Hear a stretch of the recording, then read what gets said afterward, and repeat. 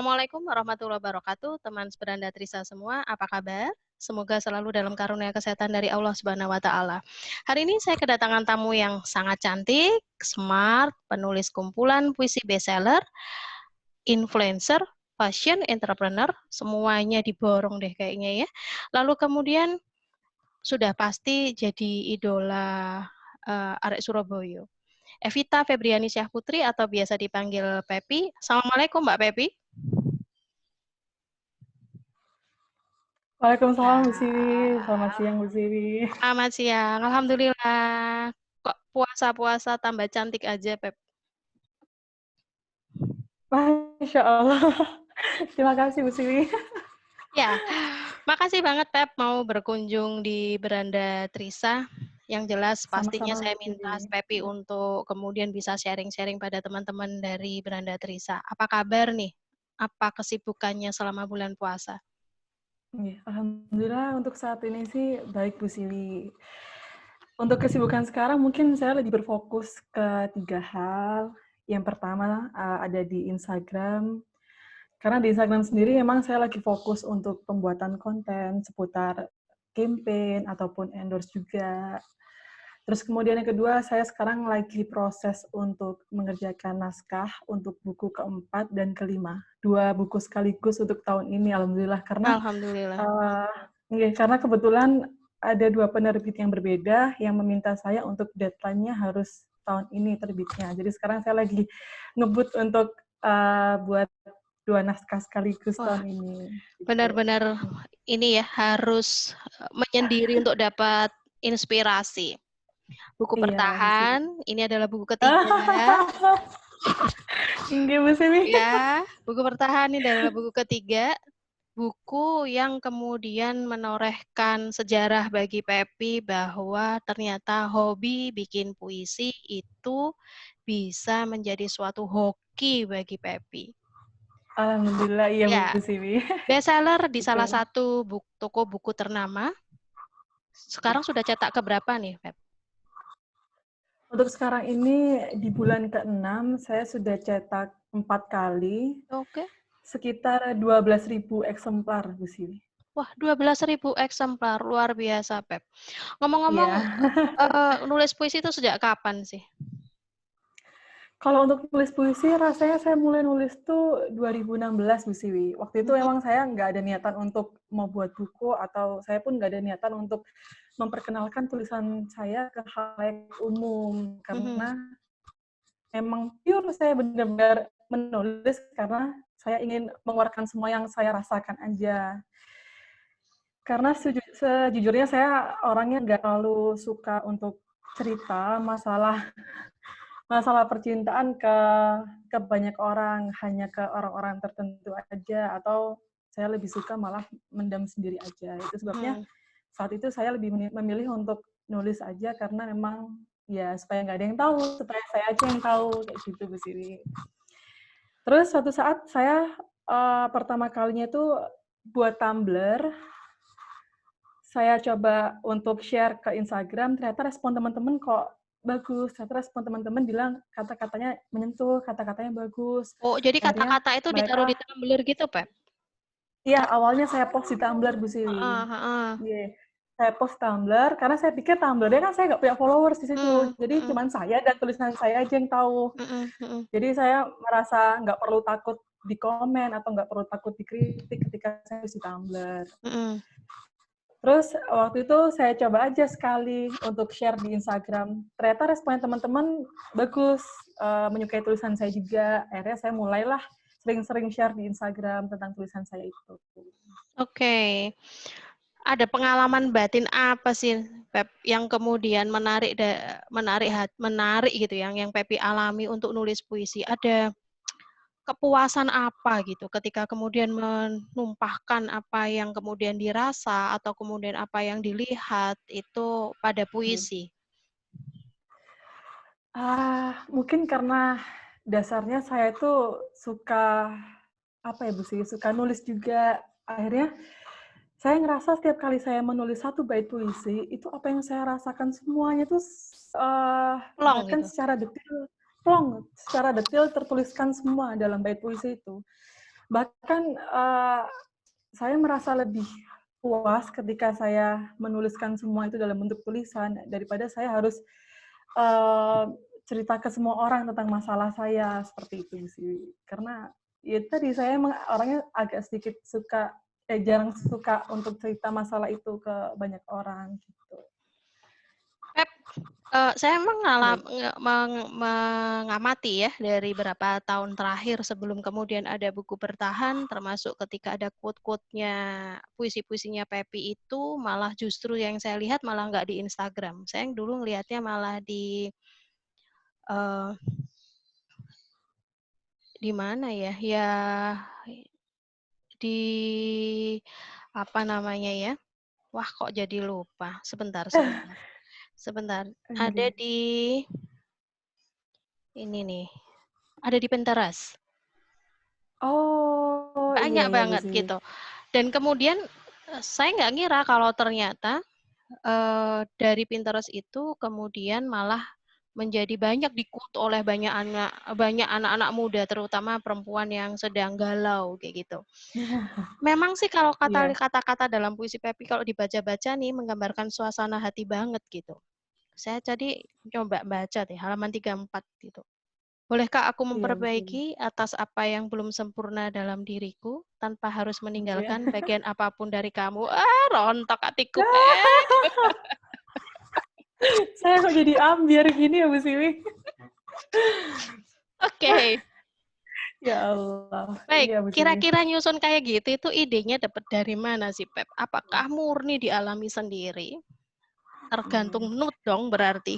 Berarti kalau lagi nggak ambiar nggak bisa dapat mood. Nggak. Terus nggak bisa dapat kata-kata gitu, Pep. Jadi kepo. Kalau untuk ide nulis sendiri sih Bu Siwi, saya memang sebagian besar ambil dari pengalaman pribadi. Sebagian besar Bu Siwi. Mungkin kalau ada persentase itu 80% saya ambil dari pengalaman pribadi. Cuma untuk sisanya, saya kadang juga ambil dari pengalaman para pembaca juga. Saya lihat, ini kira-kira situasi seperti apa sih yang sering kali dialami, terutama dalam perihal hubungan percintaan gitu. Kira-kira para pembaca ini sering kali merasakan seperti apa? Apakah tentang LDR kah? Atau tentang pacar yang egois? Atau pokoknya masalah-masalah percintaan seputar itu sih. Karena saya pribadi pun kan tidak mungkin merasmu apa yang mereka rasakan. Jadi saya kadang ambil inspirasinya malah dari pengalaman pembaca juga. Terus seringkali saya juga ambil inspirasi dari buku-buku yang seringkali saya baca juga. Seperti itu sih. Oke. Berarti memang nggak murni harus kemudian berdasarkan pada mood yang Pepi rasakan ya, karena kan kalau mood itu, apalagi kalau kemudian, saya tuh ngebayangin aja gitu, kalau kemudian Pepi lagi dikejar target, misalnya tahun ini harus ada 2 buku yang diselesaikan, dan itu semuanya puisi juga, Iya, kumpulan puisi juga. puisi juga Bu Siwi. Iya. Kalau pas lagi moodnya, artinya seneng kayak gitu ya, gimana ya caranya dapetnya gitu lah. Sekarang ternyata udah terjawab bahwa Nah, ternyata nggak harus betul. dialami sendiri, tapi juga kadang Iya. dengerin dari curhat teman, lalu juga Pepi dari baca. Iya, Oke, Pep. Karena betul. memang Beranda Trisa ini memang topiknya adalah tentang entrepreneurship gitu ya. Kita bahas tentang hal yang berkaitan dengan kewirausahaan. Sekarang kita balik lagi Iya, ke buku bertahan nih. Ayo dong cerita di balik layar buku bertahan. Kemudian sampai jadi buku ini nih nawarin iya, sendiri ke penerbit, atau kemudian justru penerbit itu nyari-nyari nomor iya. Pepi, ngontak Pepi, atau gimana? Boleh dong share ke teman-teman semua. Iya, iya Bu Siwi. Mungkin saya akan cerita ini dari mungkin awal ya Bu Siwi, supaya nanti runtutan ceritanya juga urut juga. Sampai akhirnya buku bertahan ini kenapa sih kok bisa muncul akhirnya juga. Awalnya itu saya kan sebelumnya ada buku bertahan ini, saya kan ada 2 buku yang lainnya, 2 buku pertama saya itu. Saya mulai pertama kali cetak buku itu tahun 2017. Dan di saat itu saya memang pakai metode self-publishing, artinya saya cetak sendiri, pakai biaya sendiri, dan akhirnya saya nanti jual sendiri. Itu di buku pertama saya di tahun 2017. Karena kenapa saat itu saya self-publishing, saya merasa saya masih minder. Saya merasa tulisan saya ini rasanya masih belum bisa diterima oleh penerbit yang besar. Saya masih cukup pesimis di situ, Bu Siwi. Nah, sedangkan ketika self-publishing itu naskah kita tanpa perlu direvisi, tanpa perlu diedit, langsung cetak pun bisa. Nah, itu kelebihannya self-publishing, tanpa harus menunggu lama, tanpa harus menunggu diterima atau tidaknya dari penerbit. Jadi self-publishing itu lebih ke, ya udah kalau misalnya mau cetak, ya udah silakan cetak, seperti itu. Pada akhirnya tahun 2017 itu saya pertama kali cetak buku pertama saya jual sendiri 200 eksemplar waktu itu, dan saya hanya menggunakan wadah Instagram saya pribadi untuk menjual 200 buku pertama saya itu. Dan alhamdulillah antusiasnya teman-teman tuh luar biasa banyak, Bu Sri. Bahkan banyak juga yang masih belum kebagian buku pertama saya saat itu. Nah, akhirnya saya memutuskan untuk maunya sih cetak ulang lagi, tapi saya rasa kayaknya enggak deh. Kayaknya saya mau buat naskah lagi, saya mau cetak ulang di buku kedua saya, jadi dengan beda judul gitu, Bu Siwi.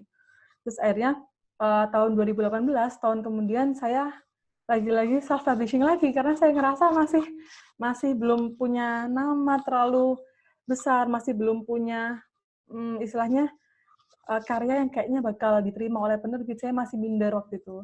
Akhirnya saya self-publishing lagi untuk yang kedua kalinya. Di buku kedua saya itu, saya cetak lagi 200 eksemplar, saya jual sendiri di Instagram saya. Nah, tapi pada saat buku kedua itu, saya berpikiran bahwa kayaknya kalau hanya mengandalkan halaman Instagram pribadi saya tuh kayaknya kurang, Bu Siwi. Antusiasnya takutnya kurang meluas. Akhirnya saya memutuskan untuk buat akun sendiri khusus untuk tulisan-tulisan saya, yaitu Kata Pepi itu. Ternyata waktu saya buat pertama kali akun Kata Pepi, saya mulai konsisten upload konten. Di situ ternyata akun itu melejit, Bu Siwi. Banyak yang nge-share, jadi explore, terus-terusan muncul di explore. Bahkan waktu itu saya ingat sekali, pernah di-repost tulisan saya oleh beberapa kalangan artis juga. Nah, di situ makanya followers Kata Pepi juga semakin bertambah juga, yang mengenal tulisan saya juga semakin bertambah. Nah, di saat itu, 2018 akhir, alhamdulillahnya semua penerbit yang awalnya saya kira, yang saya harapkan buku saya akan terbit di penerbit itu, malah kontak saya melalui email.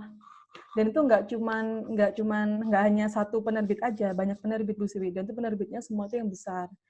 Saya kaget, saya dihubungi melalui email, mengajak saya untuk kerjasama menulis secara profesional. Terus akhirnya saya nggak mungkin menerima semua. Akhirnya saya pilih satu yang paling saya inginkan dari dulu. Dari awal saya pertama kali cetak buku itu, saya ingin satu penerbit itu. Dan alhamdulillah di tahun 2018, ternyata penerbit itu yang mengajak saya untuk kerjasama menulis buku. Padahal memang tidak semuanya bisa seperti itu. Karena harusnya, prosedurnya, penulislah yang memberikan naskah kepada penerbit untuk dicek, untuk direvisi. Dan untuk keputusan diterima atau tidaknya itu dari penerbit. Cuman yang kali ini saya kagetnya adalah penerbitnya yang kontak saya untuk mengajak langsung menulis seperti itu. Nah, maka dari itu muncullah November 2019 buku bertahan ini. Itu sih cerita singkatnya. Jadi justru malah penerbitnya yang nyari Pepi ya. Mungkin penerbitnya Iya, itu juga ngeliat-ngeliat juga kali ya di Instagram kayak gitu. betul. Mungkin juga kayak saya pertama kali tak kenal puisi-puisi Pepi itu pertama kali malah justru di Pinterest. Di Pinterest, Gitu. iya Bu Siwi. Oke, jadi memang benar-benar ini sesuatu yang berbeda gitu, di mana justru kita yang berkarya, kita yang dijemput gitu ya oleh si Iya Bu penerbit. Siwi, alhamdulillah. Kayak Iya, gitu. Nah, Pep, apa nih tipsnya buat teman-teman yang kemudian hobi banget nulis puisi, tapi kemudian hanya berhenti di akun Facebook atau akun IG-nya aja. Justru kan saya pengennya itu bahwa itu loh akan bisa punya suatu nilai yang selain nilai ekonomis lah ya pastinya, tetapi juga iya, menjadi suatu sejarah bagi diri kita ketika kita punya suatu karya yang dihargai oleh orang lain. Apa nih iya, tipsnya? betul, betul. Kalau tips dari pengalaman saya sendiri sih, yang pertama, sering-sering baca buku sesuai genre yang disukai Bu Siwi. Kalau saya sendiri kan memang sukanya genre puisi, prosa. Akhirnya saya sering kali mengumpulkan semua buku-buku yang memang genrenya seperti itu. Saya baca semua, saya baca perlahan-lahan, sampai akhirnya satu buku habis. Nah, dari situ kan saya mendapatkan sebuah inspirasi, oh ternyata seperti ini, buku yang bagus, alurnya seperti apa, bahasa-bahasa yang bakunya seperti apa. Tapi bukan berarti ketika saya banyak baca, banyak mengambil inspirasi dari sebuah buku, saya langsung uh, istilahnya langsung kayak duplikat atau langsung mencontoh semuanya 100% itu tidak. Lagi-lagi kalau misalnya penulis itu pasti memiliki gaya bahasa yang berbeda. Kalau misalnya saya lebih suka gaya bahasa yang mungkin lebih dimengerti oleh kalangan muda seperti itu. Intinya apa? Gunakan bahasa sendiri. Terus kemudian yang ketiga, jangan pernah malu untuk share atau jangan pernah malu ketika memperkenalkan sebuah tulisan atau karya ke khalayak umum, seperti misalnya sekarang di sosial media. Entah nanti pun itu akan dikritik, ataupun akan disukai, ataupun nggak disukai semua orang, itu kehendaknya mereka. Yang penting, menurut saya pribadi, saya ingin sesuatu yang positif di sosial media. Saya ingin share sesuatu yang bisa menginspirasi untuk teman-teman seusia saya, teman-teman kalangan saya juga, agar lebih bisa produktif juga. Istilahnya, jangan pernah takut, walaupun memang kalau misalnya sama-sama suka nulis, jangan lupa untuk sharing-sharing juga. Misalnya teman saya ada yang suka nulis, nggak ada salahnya untuk sama-sama sharing, nggak ada salahnya untuk sama-sama saling support juga. Seperti itu sih.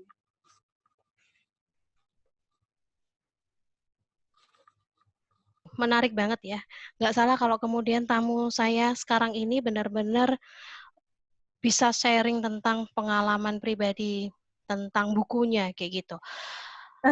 Saya ngambil Masya Allah, poin-poin nih gitu. dari kemudian yang Pepi tadi sampaikan, bahwa bagi teman-teman Beranda Trisa yang kemudian saat ini punya kumpulan puisi yang sering kemudian hanya diuploadnya di IG ataupun di Facebook aja, atau hanya untuk kepentingan konsumsi Ya. pribadi atau dalam ruang lingkup yang sedikit gitu ya.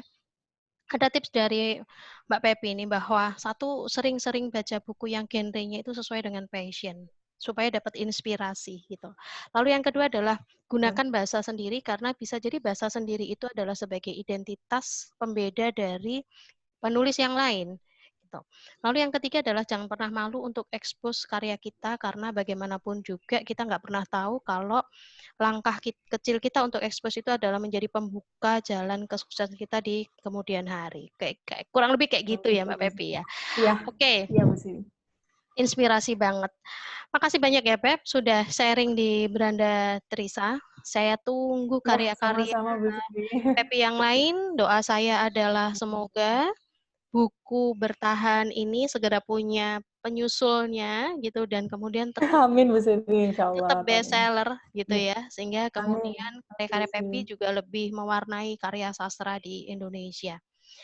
Amin, Makasih amin Bu Sri. teman-teman semuanya sudah mendengarkan sharing Mbak Pepi di Beranda Trisa. Makasih teman-teman Beranda Trisa, semoga teman dapat mengambil hikmah dan manfaat dari tamu yang sangat cantik dan smart tamu saya hari ini. Terima See kasih Bu you Sri. di Beranda Trisa selanjutnya Iya. dengan topik yang kalah menarik. Beranda Trisa, kami yang sharing, Anda yang sharing. Wassalamualaikum warahmatullahi wabarakatuh. Waalaikumsalam warahmatullahi wabarakatuh.